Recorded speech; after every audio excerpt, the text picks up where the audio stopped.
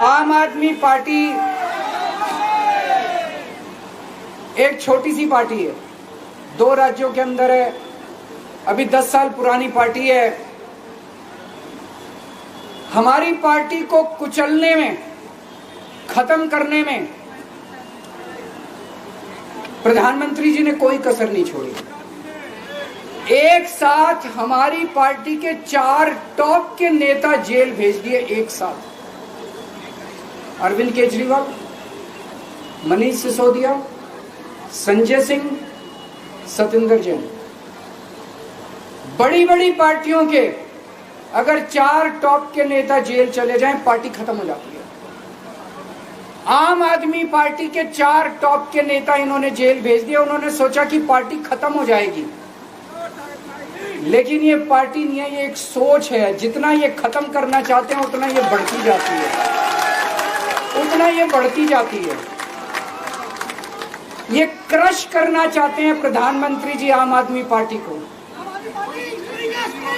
जो लोग मोदी जी से मिलने जाते हैं, वो कई लोग हमें भी जानते हैं, वो बाहर आके हमें बताते हैं कि आपके बारे में सबसे पहले मोदी जी से जो भी मिलने जाता है, सबसे पहले वो केजरीवाल की और आम आदमी पार्टी की 10 से 15 मिनट बात करते हैं।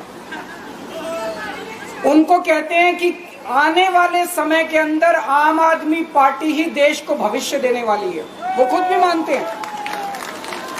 इसीलिए वो चाहते हैं कि आज ही आम आदमी पार्टी को बढ़ने से रोका जाए, इनको कुचल दिया जाए। ये तानाशाही है। अगर उनको लगता है कि आम आदमी पार्टी आने वाले समय में बीजेपी को चैलेंज देने वाली है, आप अच्छे काम करो, आप देश को भविष्य दो। आज आपकी सरकार है केंद्र के अंदर, आप देश के लिए काम करोगे, आम आदमी पार्टी को कोई पूछेगा ही नहीं। लेकिन आप कुछ काम नहीं करो और आम आदमी पार्टी को कुचल दो, ये जनतंत्र नहीं है, ये इस देश की जनता पसंद नहीं करती। इन्होंने आम आदमी पार्टी को कुचलने में कोई कसर नहीं छोड़ी। छोटे से लोग हैं हम लोग, छोटी सी पार्टी है। 75 साल के अंदर इस कदर किसी पार्टी को और उसके नेताओं को प्रताड़ित नहीं किया गया जिस तरह से प्रधानमंत्री मोदी जी ने आम आदमी पार्टी को प्रताड़ित करने की कोशिश की है। मेरे को इन्होंने जेल भेज दिया। प्रधानमंत्री जी कह रहे हैं मैं भ्रष्टाचार से लड़ रहा हूं। देश के सबसे बड़े चोर, उचक्के और डकैतों को उन्होंने अपनी पार्टी में शामिल कर लिया। जिन लोगों को 10 दिन पहले मोदी जी कहते थे 70,000 करोड़ का इसने घोटाला कर दिया, थोड़े दिन के बाद उसी आदमी को अपनी पार्टी में शामिल करके किसी को डिप्टी सीएम बना देते हैं, किसी को मंत्री बना देते हैं और उनके सारे ईडी और सीबीआई के मामले खत्म कर देते हैं और कहते हैं मैं भ्रष्टाचार से लड़ रहा हूं। मैं मोदी जी को कहना चाहता हूं, भ्रष्टाचार से अगर लड़ाई लड़नी है तो केजरीवाल से सीखो। प्रधानमंत्री जी, भ्रष्टाचार के खिलाफ लड़ाई केजरीवाल ने लड़ी है। 2015 में जब दिल्ली में हमारी सरकार बनी थी, हमारे एक मंत्री का एक ऑडियो मेरे पास किसी ने व्हाट्सएप कर दिया। उस ऑडियो में मेरा मंत्री किसी दुकान वाले से 5 लाख रुपए मांग रहा था। किसी मीडिया वाले को नहीं पता था, विपक्ष को नहीं पता था। आप लोगों को याद होगा, मैंने अपने खुद मंत्री को सीबीआई के हवाले कर दिया, जेल भेज दिया था अपने मंत्री को। ये होती है भ्रष्टाचार के खिलाफ लड़ाई। पंजाब के अंदर मेरा एक मंत्री भ्रष्टाचार में, मेरे को पता चला कि वो पैसे मांग रहा है। वहां पे मान साहब ने उसको, किसी को भी, विपक्ष को नहीं पता था, मीडिया को नहीं पता था, हमने अपने मंत्री को उठा के जेल में भेज दिया। तुम देश के सारे चोर उचक्के डकैतों को अपनी पार्टी में शामिल कर लो और केजरीवाल को जेल भेज दो और कहो मैं भ्रष्टाचार के खिलाफ लड़ रहा हूं। तो आप भ्रष्टाचार के खिलाफ नहीं लड़ रहे प्रधानमंत्री जी। आप देशवासियों को बेवकूफ मत समझो। देश बच्चे बच्चे की जुबान के ऊपर हो रहा है कि सारे चोर चक्कों को अपनी पार्टी में शामिल करके और ईडी और सीबीआई के सारे केस उनके रफा दफा कर दो। केजरीवाल को क्यों गिरफ्तार किया? केजरीवाल को गिरफ्तार करके उन्होंने एक मैसेज दिया है सारे देश को कि अगर मैं केजरीवाल को गिरफ्तार कर सकता हूं तो किसी को भी गिरफ्तार कर सकता हूं, कोई केस नहीं होगा, कोई मामला नहीं होगा, तब भी मैं तुमको गिरफ्तार कर सकता हूं। एक बेहद खतरनाक मिशन चालू किया हुआ है प्रधानमंत्री जी ने, बहुत ही खतरनाक। देशवासियों को यह समझने की, अब जब मैं बोलने जा रहा हूं, समझने की जरूरत है। उस मिशन का नाम है वन नेशन वन लीडर। देश के सारे नेताओं को खत्म करना चाहते हैं मोदी जी, और इसको 2 स्तर के ऊपर इस मिशन को चला रहे हैं। जितने विपक्ष के नेता हैं उनको जेल भेजेंगे, और जितने बीजेपी के नेता हैं उनको सबको निपटा देंगे, उनकी राजनीति खत्म करते जाएंगे, उनको सबको निपटाते जाएंगे। विपक्ष के अंदर आज इन्होंने मनीष सिसोदिया को जेल भेज दिया, संजय सिंह को जेल भेज दिया, सत्येंद्र जैन को जेल भेज दिया, केजरीवाल को जेल भेज दिया, हेमंत सोरेन को जेल भेज दिया, ममता दीदी के कई मंत्रियों को जेल भेज दिया, स्टालिन के कई मंत्रियों को जेल भेज दिया, केरला के सीएम के पीछे पड़े हैं। अगर ये चुनाव जीत गए, मेरे से लिखवा लो एफिडेविट के ऊपर, थोड़े दिन के बाद ममता दीदी जेल में होंगी, तेजस्वी यादव जेल में होगा, स्टालिन साहब जेल के अंदर होंगे, पिनरई विजयन जेल के अंदर होंगे, उद्धव ठाकरे जेल के अंदर होंगे, जितने विपक्ष के नेता ये सारे जेल के अंदर होंगे। अगर ये चुनाव जीत गए, इन्होंने बीजेपी का एक नेता नहीं छोड़ा, आडवाणी जी की राजनीति खत्म कर दी इन्होंने, मुरली मनोहर जोशी की राजनीति खत्म कर दी, सुमित्रा महाजन की, शिवराज सिंह चौहान जिसने मध्य प्रदेश का चुनाव जीत के दिया इन लोगों ने, शिवराज सिंह चौहान ने उसको मुख्यमंत्री नहीं बनाया, उसकी राजनीति खत्म कर दी। वसुंधरा राजे की राजनीति खत्म कर दी इन्होंने, खट्टर साहब की राजनीति खत्म कर दी, डॉक्टर रमन सिंह की राजनीति खत्म कर दी। अब अगला किसका नंबर है? योगी आदित्यनाथ। अगर ये चुनाव जीत गए, मेरे से लिखवा लो, 2 महीने के अंदर उत्तर प्रदेश का मुख्यमंत्री बदल देंगे। योगी आदित्यनाथ की राजनीति खत्म करेंगे, उनको भी निपटा देंगे। यही तानाशाही है दोस्तों। वन नेशन वन लीडर ये चाहते हैं, एक ही तानाशाह इस देश के अंदर बचेगा, एक ही तानाशाह इस देश के अंदर बचेगा। हमारा देश बहुत महान है, 4000 5000 साल पुराना हमारा देश है। इसके पहले पिछले 4000 साल में कई मौके आए जब इस देश के ऊपर तानाशाहों ने कब्जा करने की कोशिश की, लेकिन हमारे देश के लोगों ने उन तानाशाहों का तख्ता उखाड़ के फेंक दिया। जब जब हमारे देश में ऐसा मौका आया कि तानाशाह ने हमारे देश के ऊपर कब्जा करने की कोशिश की, इस देश की जनता ने उसका तख्ता उखाड़ के फेंक दिया। आज एक तानाशाह इस देश से जनतंत्र खत्म करना चाहता है, आज एक तानाशाह इस देश से लोकशाही खत्म करना चाहता है। मैं पूरे तन मन धन से लड़ रहा हूं, संघर्ष कर रहा हूं उस तानाशाह के खिलाफ। 140 करोड़ लोगों का साथ चाहता हूं मैं। मेरे अकेले के करने से नहीं होगा। 140 आज मैं आप लोगों से भीख मांगने के लिए आया हूं, 140 करोड़ लोगों से, 140 करोड़ लोगों से भीख मांगने के लिए आया हूं। मेरे देश को बचा लो, मेरे भारतवर्ष को बचा लो, मेरा भारत बहुत महान है। इस तानाशाही से बचा लो मेरे दोस्त, मेरे देश को।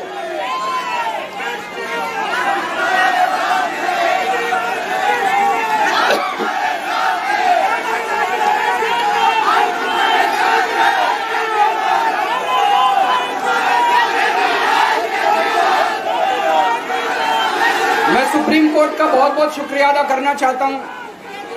उन्होंने 21 दिन दिए हैं, एक एक दिन में 24 घंटे हैं। मैं एक दिन में 24 में से 36 घंटे काम करूंगा, पूरे देश भर में घूमूंगा इस तानाशाही को रोकने के लिए। दोस्तों, जितनी मेरे अंदर ताकत है, मेरा सब कुछ कुर्बान है देश के लिए। मेरा तन मन धन सब कुछ कुर्बान है मेरे देश के लिए। मेरे खून का एक एक कतरा मेरे देश के लिए, मेरे शरीर का एक एक कतरा, मेरी जिंदगी का एक एक पल मेरे देश के लिए। मेरे देश को बचाने के लिए मैं पूरे देश में जाऊंगा दोस्तों। अब एक बहुत महत्वपूर्ण बात करने जा रहा हूं, उसको ध्यान से सुनना। ये लोग इंडिया गठबंधन से पूछते हैं आपका प्रधानमंत्री कौन होगा। मैं बीजेपी से पूछता हूं आपका प्रधानमंत्री कौन होगा। आप लोग सोच रहे होंगे केजरीवाल क्या बात कर रहा है, मोदी जी होंगे। नहीं, मोदी जी अगले साल 17 सितंबर को 75 साल के हो रहे हैं। बीजेपी के अंदर मोदी जी ने 2014 में मोदी जी ने खुद ने रूल बनाया था कि बीजेपी के अंदर जो भी 75 साल का होगा उसको रिटायर कर दिया जाएगा। सबसे पहले आडवाणी जी को रिटायर किया गया, उसके बाद मुरली मनोहर जोशी जी को रिटायर किया गया, फिर सुमित्रा महाजन को रिटायर किया गया, फिर यशवंत सिन्हा को रिटायर किया गया। अब मोदी जी अगले साल 17 सितंबर को रिटायर होने वाले हैं।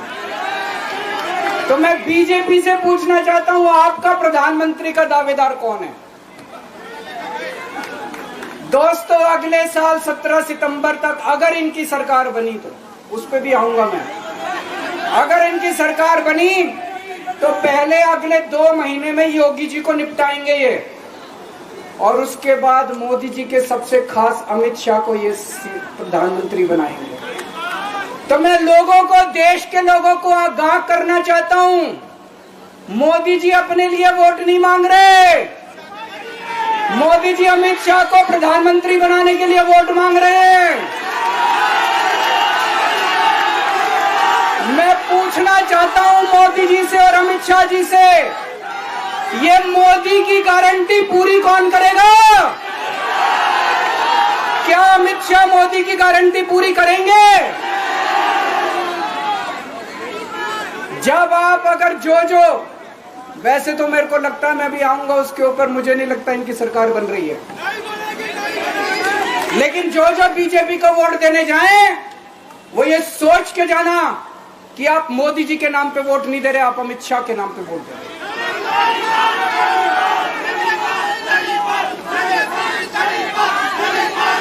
अब एक खुशखबरी है आप लोगों के लिए, अब एक खुशखबरी है, सबको बता देना जो मैंने बातें कही है, बड़ी सोच समझ के कही है।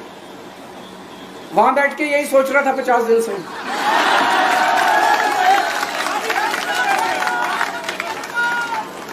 दोस्तों, पूरे देश के मेरे को बाहर निकले हुए 20 घंटे हो गए। इन 20 घंटों के अंदर भी मैंने रात भर में जनता से बात कर रहा था, लोगों से फोन कर रहा था।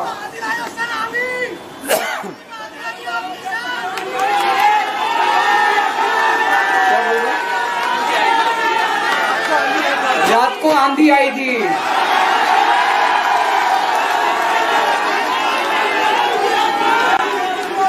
पिछले 20 घंटे में मैंने जो बातचीत करी है, कई बड़े बड़े एक्सपर्ट से बात की, चुनाव विश्लेषकों से बात की, सेफोलॉजिस्ट से बात की, जनता से बात की, फोन पे लोगों से।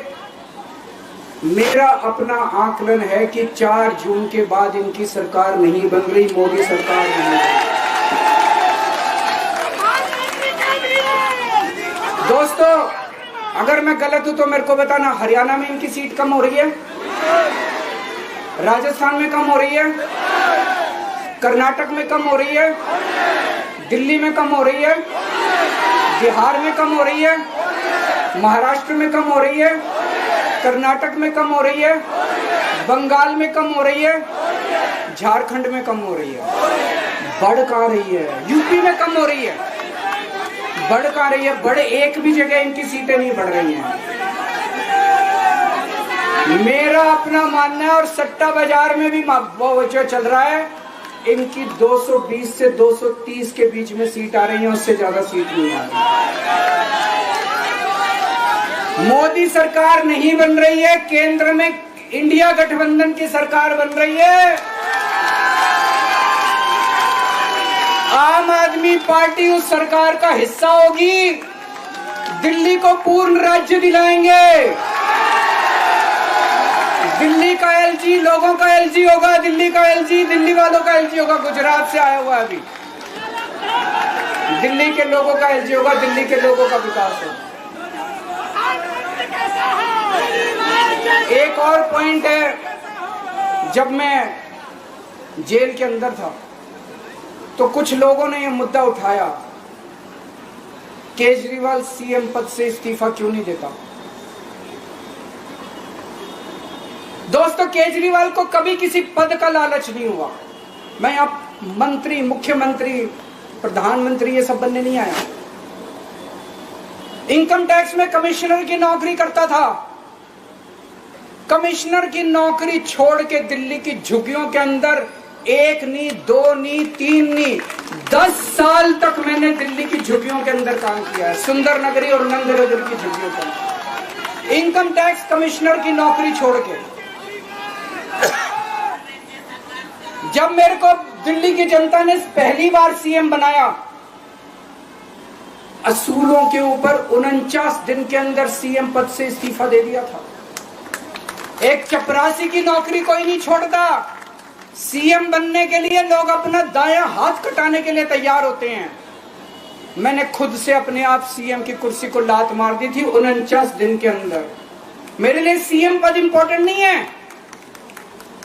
आज मैंने सीएम पद से इस्तीफा क्यों नहीं दिया जेल जाने के बाद? दोस्तों, पिछले 75 साल में भारतवर्ष में इतने राज्यों के चुनाव हुए, इतने राज्यों के चुनाव हुए, दिल्ली के अंदर सबसे ऐतिहासिक बहुमत से आम आदमी पार्टी जीती। 55-56% वोट, एक बार 67 सीट, एक बार 62 सीट। इतने भारी बहुमत से आज तक कोई राज्य की सरकार 75 साल में नहीं जीती। इतने भारी बहुमत से जीतने के बावजूद झूठा केस, अब उनको पता है वो हमें हरा नहीं सकते दिल्ली के अंदर। उन्हें पता है अगले 20 साल तक दिल्ली में आम आदमी पार्टी को कोई नहीं हरा सकता। तो उन्होंने एक षड्यंत्र रचा, राजनीतिक षड्यंत्र रचा। केजरीवाल को झूठे केस में जेल भेज दो, केजरीवाल को इस्तीफा देना पड़ेगा, केजरीवाल की सरकार गिर जाएगी। उन्होंने ये षड्यंत्र रचा। मैंने कहा मैं भी इस्तीफा नहीं दूंगा।